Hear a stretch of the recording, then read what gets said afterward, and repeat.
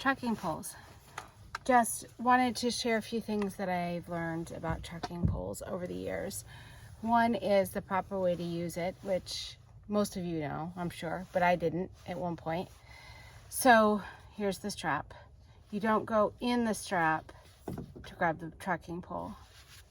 You go under the strap so that the weight of the tension is on your wrist and not necessarily on your hand, so you don't have to grip it so hard.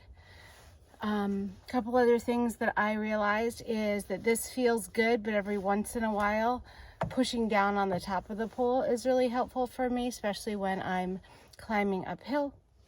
Another thing that I noticed is that the recommendation is to have the trekking pole at a 90-degree angle. So I'm on my toes so you can see this. I have a shoulder injury. I have a rotator cuff tears and lots of problems with my shoulders. So I found that would just, my shoulder would ache. So my trekking poles are short and my angle of my arm is, and I can't show this very well because of the camera, but is down. And that takes a lot of stress off my shoulders. It really makes a difference for me.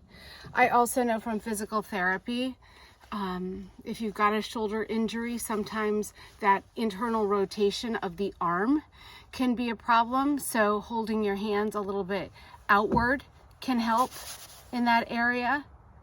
Something to keep in mind. And the other thing that I've done with my trekking poles, I used to extend both segments a little bit, but then it took a long time to adjust my trekking poles when I was climbing versus descending and things like that.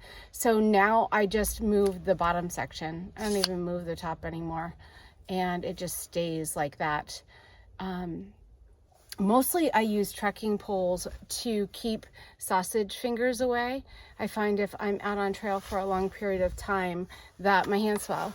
And so I just use the trekking poles to keep my arms elevated a little bit and not have that blood flow all the way down. The other reason I carry them is if I have my tent, then I use them because it's a trekking pole tent. And if I have my hammock, I use them to create like a little porch, especially if I'm backpacking and I have time at camp. So I've had these for a really long time. They're on the heavy side. They're not cork handles like the newer ones. I think they're aluminum, but they work. And so I'm not replacing them until they don't work. I don't carry the baskets or the tips or anything like that. And my tips have held up for 4,000 some miles. So go Black Diamond. The other thing is I carry some, you can hardly see it, a little bit of duct tape there on my trekking poles.